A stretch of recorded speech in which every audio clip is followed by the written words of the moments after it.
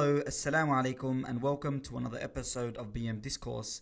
The podcast this time will overview the current situation in Lebanon, its political state, and some of the humanitarian issues they're facing. Now, this is simply a field of interest of mine because my family's from Lebanon and I've been wanting to know perhaps some of the causes as to why Lebanon is in such a state. Now, throughout the discussion, I realized how much I don't know and how many references were used that I really just had to review after the discussion with my guest. But hopefully those that might be a bit more well versed will benefit a bit more. So my guest today is Hussein Achi or Achi. He's a lawyer and political activist on the forefront of aid in Lebanon. Hussein is also the head of Mintashrin, who are a political movement working on forging Lebanon into a more democratic state. I really enjoyed this discussion, mostly because it highlighted a lot of the pockets which I wasn't aware of, and general political references that I also had gaps in, which just made me research more afterwards. But for those that are a bit more well versed, this will be a great perspective and insightful take on the situation in Lebanon, some of the historical milestones, as we said, and what influences the political climate today. So I hope you enjoy this conversation as much as I did, and now I bring you Hussein Al-Achi. So yeah, maybe just a bit about yourself. What is it that you do? I believe you're a lawyer by يعني education and career. Yeah. So my name is Hussein Al-Achi. I am a lawyer registered in the Beirut Bar Association. I grew up in Beirut, in the southern suburb of Beirut, but I'm originally from the south, from a border village called Bintishbel.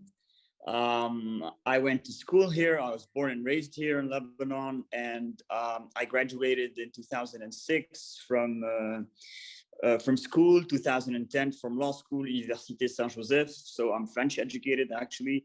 And in 2013, I was awarded the Chevening Scholarship from the Foreign Commonwealth Office. I went to London. I studied there for a year, a little bit more. And then I came back to Beirut. I wasn't, a very strong political activist before, I would say, 2013, 14 onwards.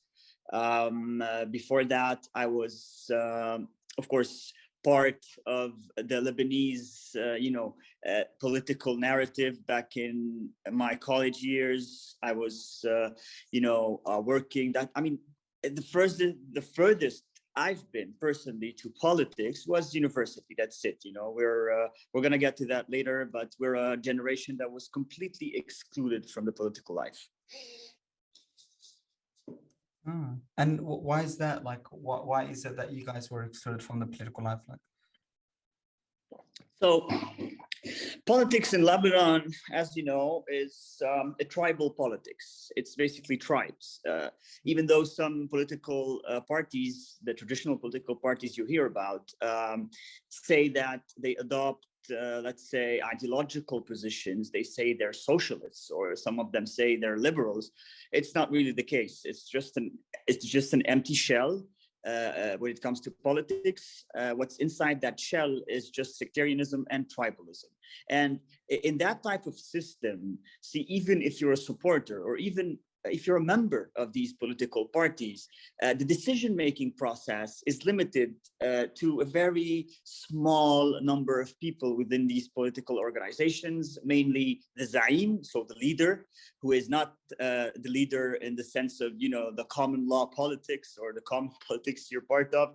It's a leader that is usually perpetual. He's, above accountability. He can, it's like a legacy. You can give leadership to your kids and to those who come after them.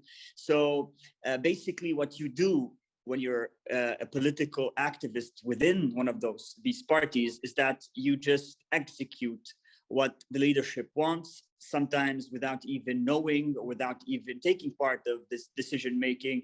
And of course, that is the case of, I would say 99% of all the supporters and the members of these tribal sectarian parties.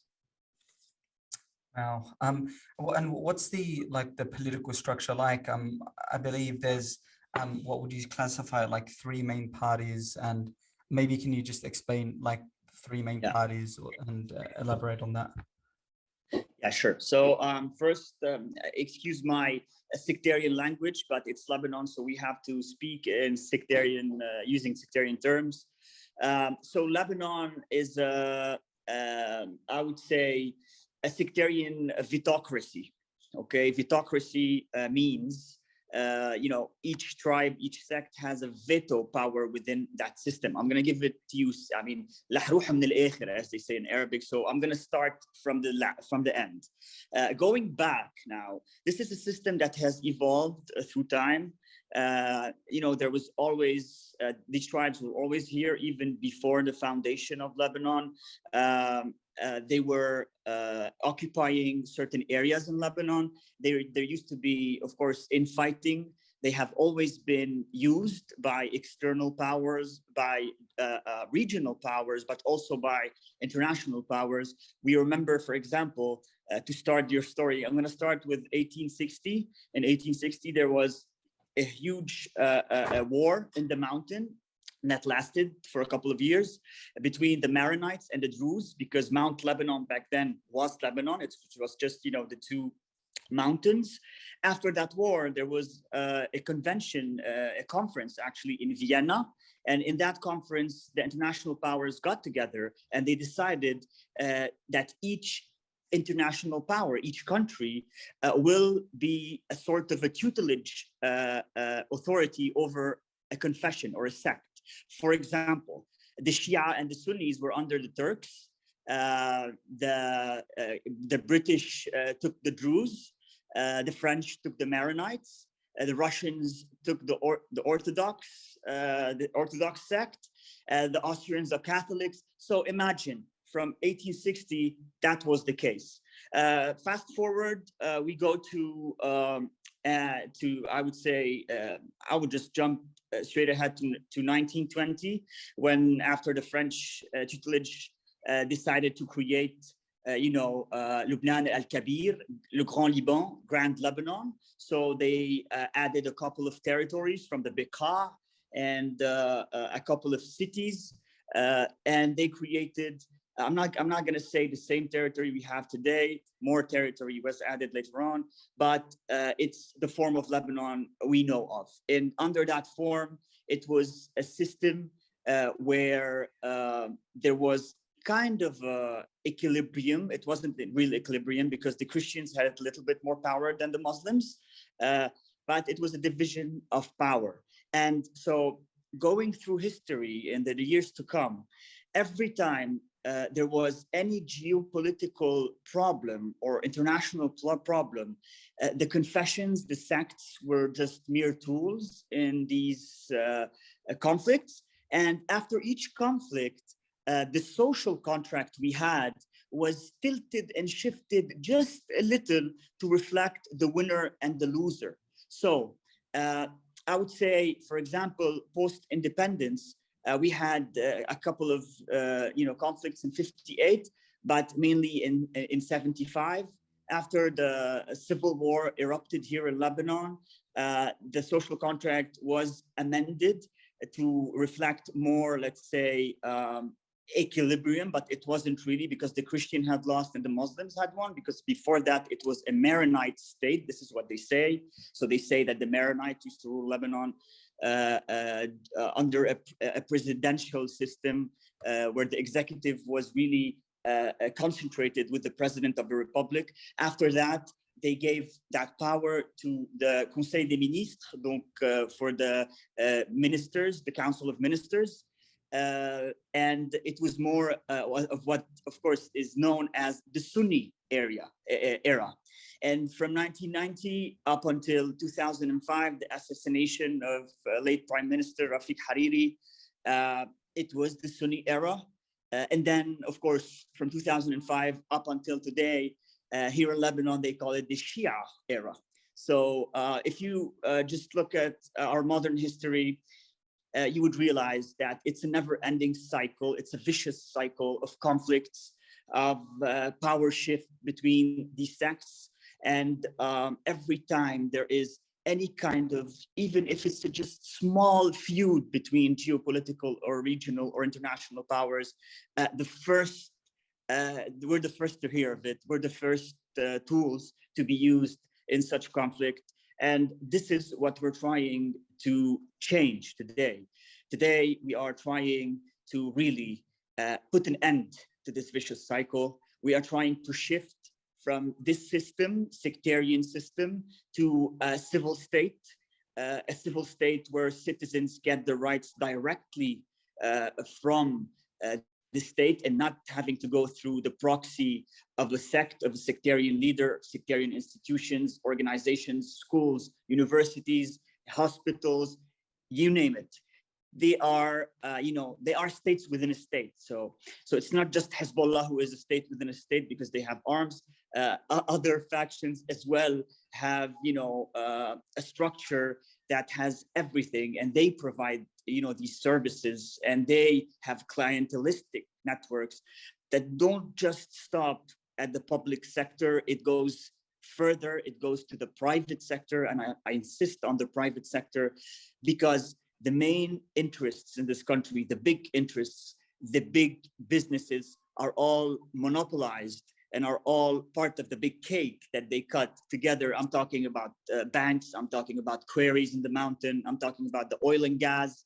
Of course, we don't extract oil or gas, but the fuel cartel, we call it here, because they have monopolized getting fuel to this country and selling that fuel. So all of these big interests go to the same clientelistic network that feeds these sectarian parties and keeps them in power.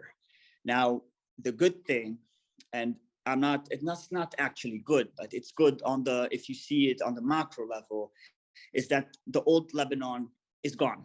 So the Lebanon that used to really feed upon this Ponzi scheme of an economy that is just based on getting funds from abroad, not really building a true economy, this Lebanon is gone. So they are in a very, very big problem going forward. And to add to that, that the international backers that used to back them, some of them are broke. The others don't find any interest anymore in putting more money into, their proxies or their pieces of chess on the chessboard game. So this is bad news, but at the same time, there was a whole population that never knew anything but this type of politics, and a whole generation that was completely excluded from the political scene. As I have told you before, we have a long way to go. We have a lot of work to do. And of course, we live in very, very hard circumstances. Wow. Yeah, the historical outline really helps trying to piece whatever's going on at the moment. I did have a question, and this probably highlights my ignorance when it comes to the situation in Lebanon and politics generally. You were saying whenever there's like a geopolitical shift globally or internationally, that sort of impacts the shift in power in Lebanon. Maybe can you give an example of that? I haven't exactly got the image of what that is. Okay, sure, of course. So remember in the 50s, there were the 50s, 60s, there was the Cold War between the United States and the Soviet Union. You had the Arab-Israeli conflict that was there, and you had the Palestinian issue, and Palestinians were in Lebanon. And for example, part of the geopolitics that affected us was the signature of the Al-Qahira Accords. The Al-Qahira Accords that legitimized Palestinian presence in Lebanon. So once that happened, the Christian far right really started to pick up pace. And this is why they became more powerful leading up to 75, to the start of the Civil War, because of the signature of these accords. And I would say that before that, in the 50s, when the Baghdad agreement was signed that put Lebanon in the US camp, before that, it also reinforced the Arabism, the pan-Arabism that was in the Muslim part of the population. So you see, these are two accords that really helped pick up, the pace of hate and fear amongst Lebanese. And of course, we all know all of that blew up in 75. Now, another issue, for example, was during the Syrian occupation of Lebanon. During that time, we all know that there was a deal that was struck in 1990, and that deal involved Saudi Arabia, Syria, and of course, the United States of America. And this is why we had the Syrians for such a long time. It was a deal. It was not, it was not something that just came out of the blue after the Taif agreement. Syria and Hafez al-Assad took hold of Lebanon in that deal. You had a kind of, an arrangement where Rafiq al-Hariri, the late prime minister, would take care of certain issues on behalf of Saudi Arabia, mainly the economy, mainly the investments and all that sort. And international relations and the resistance were part of Syria's, terms of reference. So small examples from our modern history. Maybe today we all know that, for example, Iran's, GCPOA deal. Now that is, we have the first meeting on the 29th of November, so in a couple of days in Vienna. And so a lot of people expect that the signature of such a deal will have implications and repercussions on Lebanon, or if it's not signed, it will also have repercussions on Lebanon. So anything that happens in the region, anything that happens, even on a global level that affects this region, we feel it in Lebanon, and we, unfortunately, almost every time pay the price. No, that is so unfortunate, man.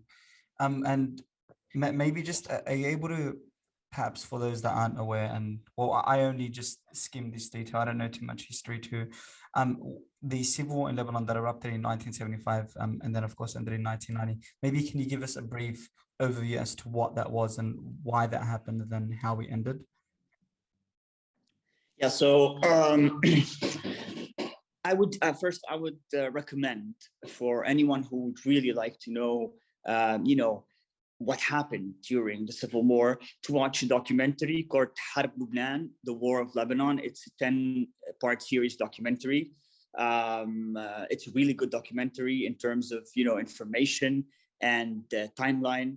But if I have to answer your question, I would say that, so there was multiple factors that led to the Lebanese civil war, and multiple perceptions. I would just limit it. I'm going to oversimplify it, and say there were two perceptions. There were the Christian perception and the Muslim perception. On the Christian side, they believed in the entity that is Lebanon, that is, distinct from, the Arabs, and that they believed that the Palestinians were posing a significant threat to the integrity of that entity. While on the other side, you had a Muslim population who was super sympathetic to the Palestinian cause, but also believed in Arabism, believed in at least multiple factions of that population, believed that there should be unity or some sort of, a privileged position with the Arab world. And so these two elements that go back, this goes back to way before 1975. This idea of Arab, not Arab, Lebanon, no part of Syria, and some of them part of the larger Arab world. This goes back to as far as, the idea of Arab nationalism has existed.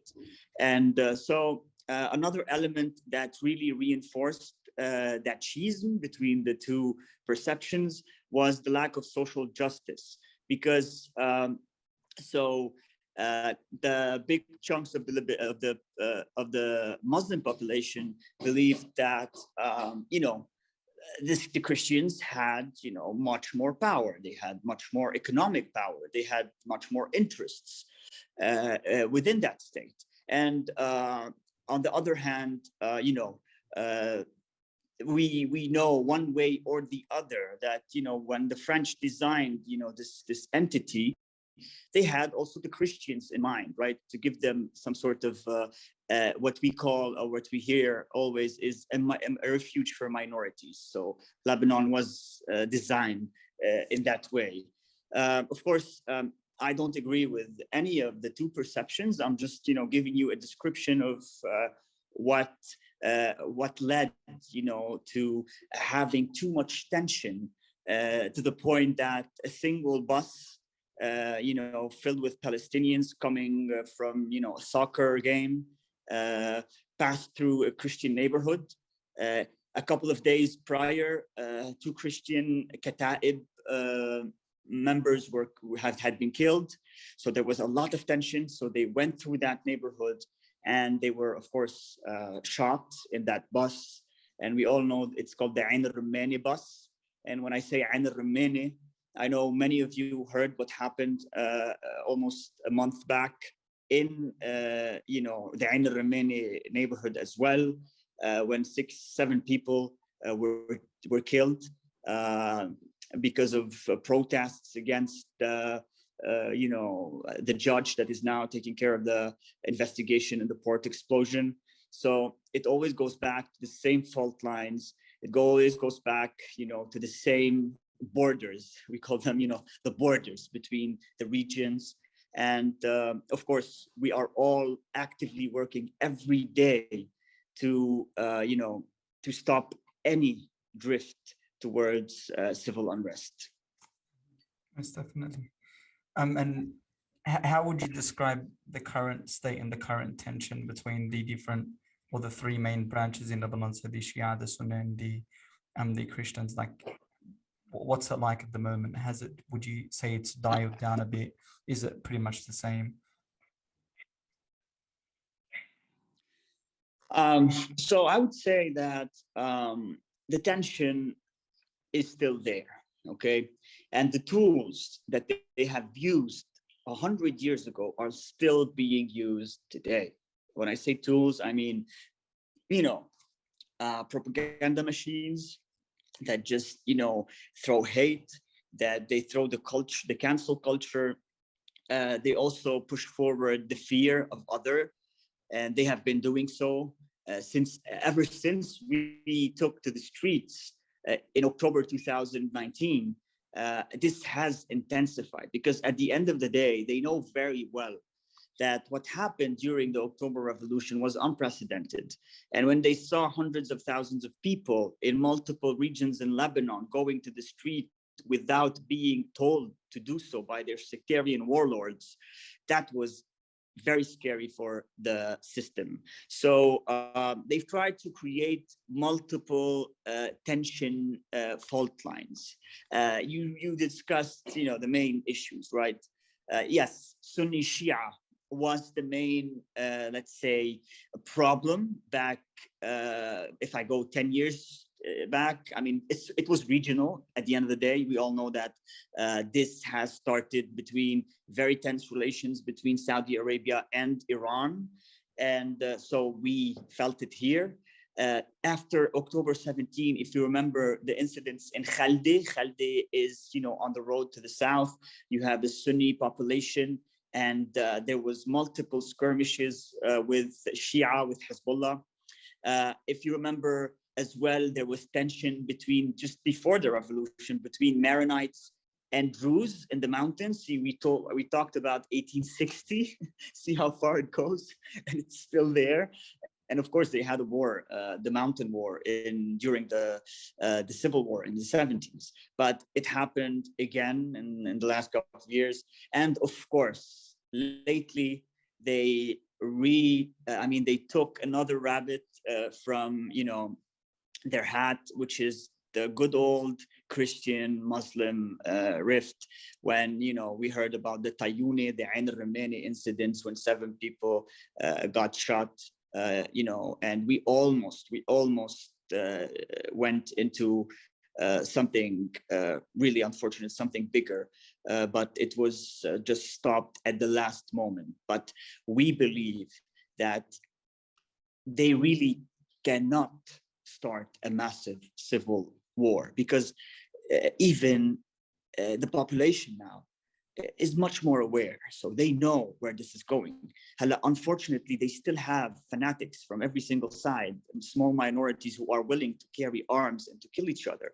But the youth of this country are, we call their bluffs, okay?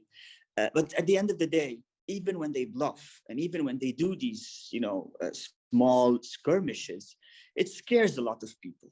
And a lot of people would go back to thinking, oh, listen, we're on the brink of a civil war. So do I want to protect myself? Who can protect me? I mean, could these, little, 20, 30, 40-year-olds in the streets being all pacifists and nonviolent, can they protect me? Or should I go back to my sectarian overlord, with guns, with militias, and protect myself and my family? So mainly this is one of the strategies they adopt, to dismantle these new political organizations that we're trying to found and we're trying to grow. Yeah, very similar strategies like you mentioned. And what's the government structure like at the moment? Because from like the time of the revolution, I know that some had stepped down, and I don't know exactly the details as to what happened. So what ended up happening on the sort of government level, and then how is it at the moment? So is it still that split between the 3 sects, or how does it function? Can you repeat? You cut in the last 30 seconds. So can you just repeat? Oh, I'm sorry. Yeah. Yeah. So I was saying, so post that revolution in 2019, how's the government structure like at the moment? So from what I had heard, some had stepped down, though I'm not too sure of the details. So what's it like at the moment? What's the government structure? How are things? So for everyone who will be listening, if this is uploaded, I would say that we need to remember that Lebanon on paper is a republic. We have a parliament, so it's a parliamentary system. We have a single chamber, the parliament. We elect the members of the parliament. These members of the parliament nominate a prime minister. They go nominate the prime minister at our president of the republic, and the president with the prime minister, they form a government that is, of course, gets the confidence later on from the parliament. Okay, so this is grosso modo how things are done. But in fact, what we really established in Lebanon is something we call the consensual governments. So you have a parliament. You don't have a majority that rules and a minority that opposes, that plays the role of the opposition, because this is what democracy is. I mean, how can a majority rule if there is no opposition to hold it accountable? So we don't have that. We have a consensual sectarian system where every block, so the biggest blocks of each sect, because they're usually 1 or 2 blocks in each sect, and they usually coalesce together, like Harakat Aman and Hezbollah, or like Uwait Lebanese and the Tayyar Watani Hur. They get together and they take their part of the cake, which are ministers that are, of course, half Christian, half Muslim. Then you have the Sunni, and then you have the Shia part, then you have Druze, and on the other side you have Maronites, Orthodox, Catholics, and minorities get a couple as well. So what has happened is that when I first talked to you, I told you this is a vetocracy. Why is it a vetocracy? Because the big three, okay, it used to be the big two. It used to be just, Christians and Muslims. Now the big three, Sunnis or Shia or Christians, if they decide to refuse a governmental decision, they can just, withdraw from the government. And in Doha, after we had in 2008, if you remember, the Sab'a Ayyar mini civil war, this is what we call it. We call it a small civil war between Hezbollah and 14th of March, or between Hezbollah and Hezbollah, because they ended that whole skirmish in a couple of days. So what happened back then in Doha, in Qatar, when they took all these leaders on a plane, because this is how we solve our problems usually. We don't solve them here in institutions. We pack the leaders on a plane, get them to Saudi Arabia, to Qatar, or to Paris. We put them in hotels, we give them some money, and we tell them, okay, twerk the system a little. So part of that twerking the system was that they have a veto power. And we saw that veto power on multiple occasions. But I'm not going to go back. I'm just going to talk about the latest events. We all know the Beirut port exploded. There was a huge explosion that I'm sure everyone knows about today. And so we assigned a judge under a special system that we use for big crimes against national security. He investigated when he decided to call all the ministers and the big government officials for questioning. This judge was sacked. He was taken off the file. We appointed another judge. This one was smarter. He went very methodically. He went scientifically. He did not go and ask for 90 big high-ranking official or ministers. He started calling them in one by one. But then again, they realized this guy is smart. He's doing his job. We need to get rid of him. And so today, they tried every trick in the book. And when all failed, there were threats, open threats. If he doesn't go, we will not take part in any Council of Minister hearings. So we will stop the Council of Ministers. And today we are living through that. Imagine in the worst crisis in the history of this country, and by far it's the worst humanitarian, economic, social crisis, political crisis.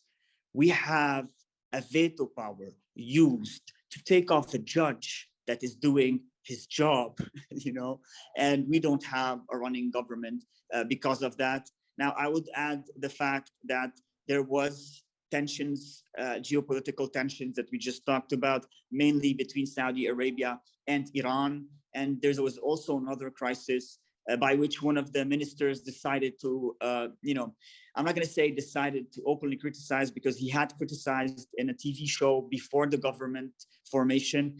That show was aired after the government formation, and the Minister of Information refused, he's the guy involved, refused to, resign from the government. He had said openly on a TV show that the war in Yemen was wrong and the Houthis are legitimate, or I don't know what exactly should I translate it, because I don't want to fall into, a false translation. But that wasn't good for the Saudi Arabia and for the GCC. And now that's another crisis that we are under because of, the affiliations of these sectarian parties to and them being proxies basically for regional powers. So we are in a big political crisis to add to everything else. The story just keeps on going downhill. Unfortunately, it's really sad. You did mention a bit about the economic crisis and the social crisis that's Lebanon's undergoing at the moment, and how that's probably the worst it's been. Can you explain a bit about the situation in Lebanon, like what's going on economically, socially, humanitarian on a humanitarian scale, etc.? Yeah, sure. I mean, I'm gonna just yesterday I read a report that said that 34% of infants in Lebanon were not getting their their primary health care. So this is, imagine, it's Lebanon. It's not anywhere else. It's Lebanon, where we had the best hospitals. We had some of, the best services sector. They're not getting their health care. We had a very illusionary economy. It was a Ponzi scheme, really, where they attracted a lot of money, a lot of investment to this country. They misused it, they robbed it, because there was a lot of contracts that were extremely corrupt, like impossible. Like, if I give you some examples, you can see in a couple of contracts, for example, fuel contracts, where hundreds of millions of dollars were paid a year as commissions. So it's really very big, the scale of corruption. But also we have a banking sector that is complicit with the political system, because that banking sector is held at 49% by politicians. So imagine the conflict of interest, and imagine the scale of it. And so what happened was that these banks were actually taking deposits from people like you, me, the diaspora that was sending money.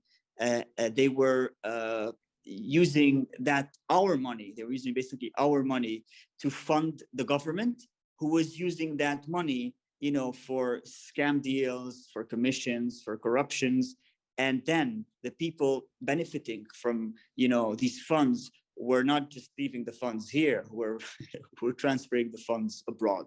So basically, I would say that from 2017 to 2019, imagine in the span of 2 years, $34.7 billion were taken out of Lebanon to offshore accounts in Switzerland, Luxembourg, in the US, in London, in Paris, and everywhere in the world.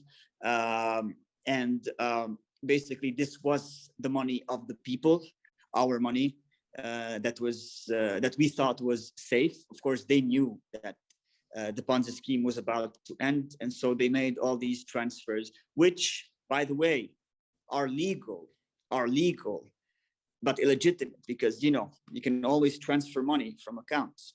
And this is another problem. When that crisis happened and people saw that money was getting transferred, they did nothing. And even after the revolution started, and during the span of 2 weeks only, $9 billion were transferred abroad, they refused to pass the capital control law anywhere in the world. If there is even slight chance that there was going to be a large-scale capital flight, they immediately and urgently do this bill. In Cyprus, for example, a couple of years before our crisis, they did that within 24 hours, and they stopped. They stopped money going out of the country, so they can, just see what they have and see what they can do with what's left of that money. No, our parliament, these crooked, we call them the mafia state, decided to really kick the can, and the law was presented a couple of times in parliament, and it was refused.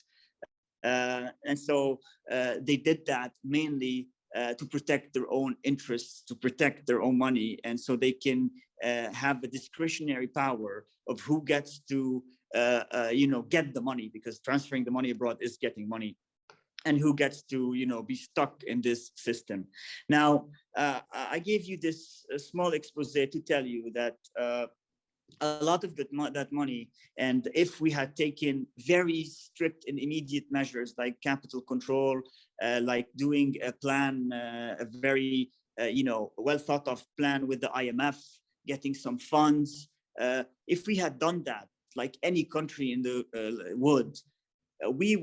we wouldn't have gotten here today.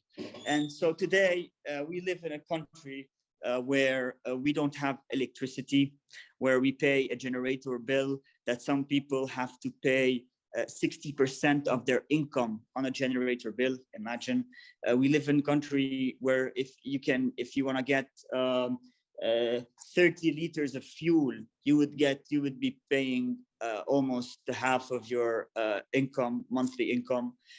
We live in a country where some retirement, salaries today are at $65, some of them at $40 a month after more than 30 years of work.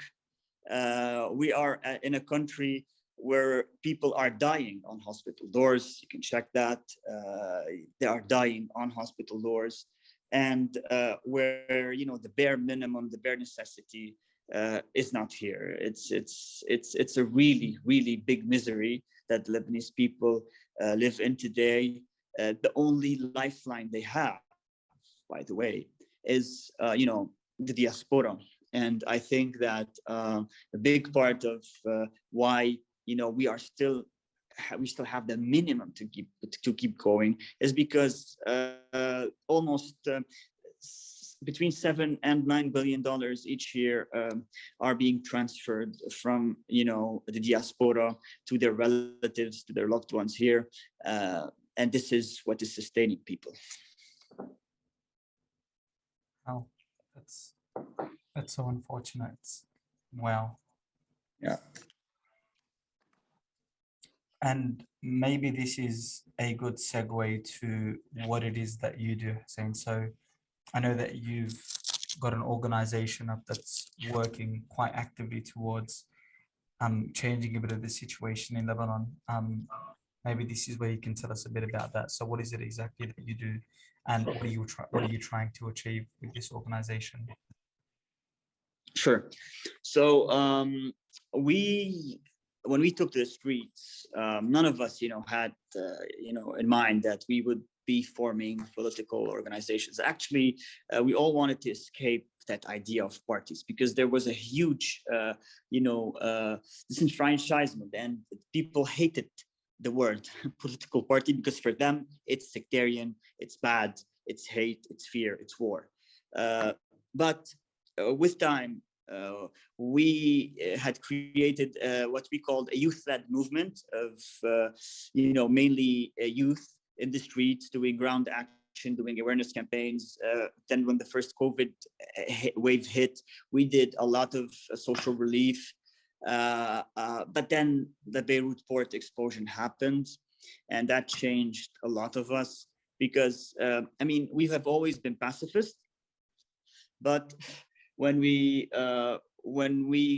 saw what happened at the Beirut port, we decided that we needed to take back parliament. And this was the only time we marched in a non-pacifist way to take parliament after the explosion.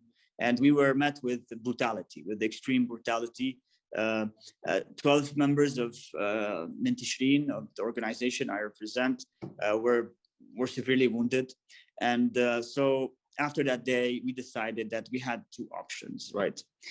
The first option was leaving or fighting. We decided that no, we have to fight another day. And then we were like, there's also two options of how to fight this. Violently, this is their turf. This is what they want. And this is something we will never do because it's against our principles. So we only had a chance to go and fight the political fight, the pacifist fight, and to create a political party. So we sat together, for a year, almost a year, because we had created the biggest relief camp. It was called Base Camp من تحت الردم, in Ground Zero after the explosion. So we used to go there every single morning, then finish and stay up until 1, 2 a.m. in the morning, just discussing and finalizing our drafts. It took us a year, but we finally created, the blueprint of this liberal socialist, the progressive political party called Mintishrin. We believe, of course, that we need to create a state. We have three main big ideas that we want to achieve. One, a state, a true state with institutions, because we believe that the institutions in Lebanon have never been really the government, the center of government. The center of government lies somewhere else entirely. We want social justice. We believe that the system has created huge inequalities and has accumulated power within, I'm not gonna even say 1%, because it's even much less than 1%. So we need more social equality. We need healthcare, education. We need a proper infrastructure, transport, and of course, we need for people to have the necessity to stay here in Lebanon, because this is very important. And at the end, the idea of freedoms, Lebanon, despite everything I just told you, is still an oasis of freedoms within a very dark region. And we believe that freedom should be protected at all costs. Collective and individual freedoms, the freedom of expression, the freedom of speech, our ability to be with you now today and speak my mind, even though that, we are being oppressed, we are being sometimes, harassed, but I can still come with you and really say my mind, except for a couple of things, maybe. But all in all, I can speak my mind. And so we have to protect that, because we truly believe that if things keep going down this road, they will even take away, our freedoms in the near future. So, grosso modo, this is it. But we have a very comprehensive, program and plan. So if you want, I would, encourage you to visit our website. It's www.mintishrin.com. And, you'd also find, some of our main events, what we've done, our actions, and how we plan, to go about it in the next couple of months leading to the elections. And when are the elections? Oh, okay. This is the $1 million question. So they say it's on the 27th of March. It's not true. They will try to delay it because they presented, a case before the Constitutional Council in Lebanon. We have that, to say some laws are unconstitutional. So the President of Republic bloc decided to say that the electoral law is unconstitutional.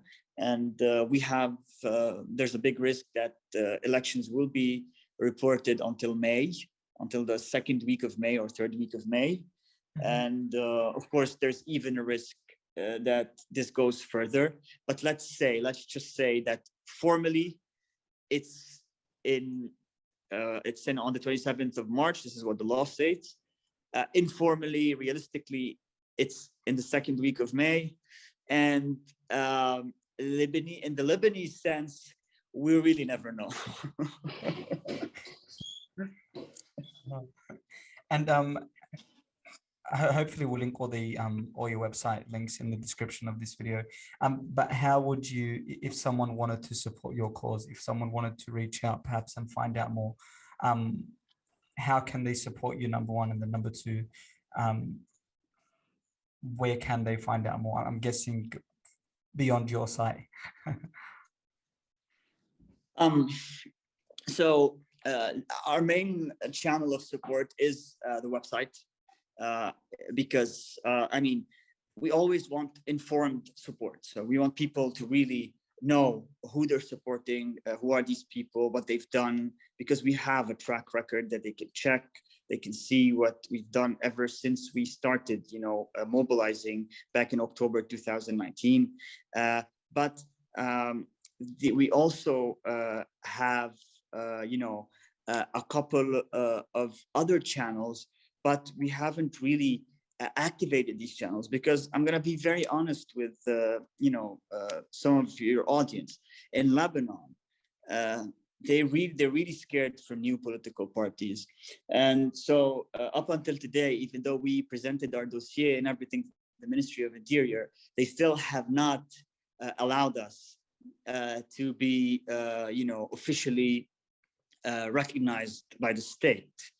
Even though the law is a French law, it dates back to 1909, and now we are legitimate, completely legitimate, but still they're trying to hinder, our efforts and to sabotage our ability, to get funds and fund ourselves. So this is something that we expected and we know was going to happen. But we're going to keep going because no one will let you be here in Lebanon. And we know that they will certainly intensify their, their campaigns, their sabotage leading up to the elections. But we always remind everyone that we're not really here, to fight, one battle and then drop out. We know this. We're in this for the long haul. We know this will be a long battle, and we know that we're on the right track, and we know that they are dwindling and they are weakening by the day. But of course, to change a more than 100-year-old system won't happen in a month, in a year, in 2 years. It will take us some time to change it. Most definitely, and your approach is highly respectable, and admirable. Do you have any final remarks before we end this recording? Yeah, sure. If there's something I would, want to say to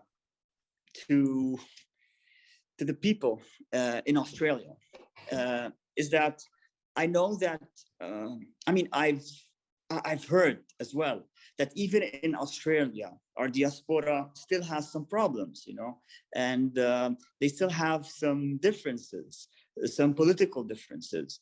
What I want to say is that the Lebanese society has changed a lot during the last 10, 15 years.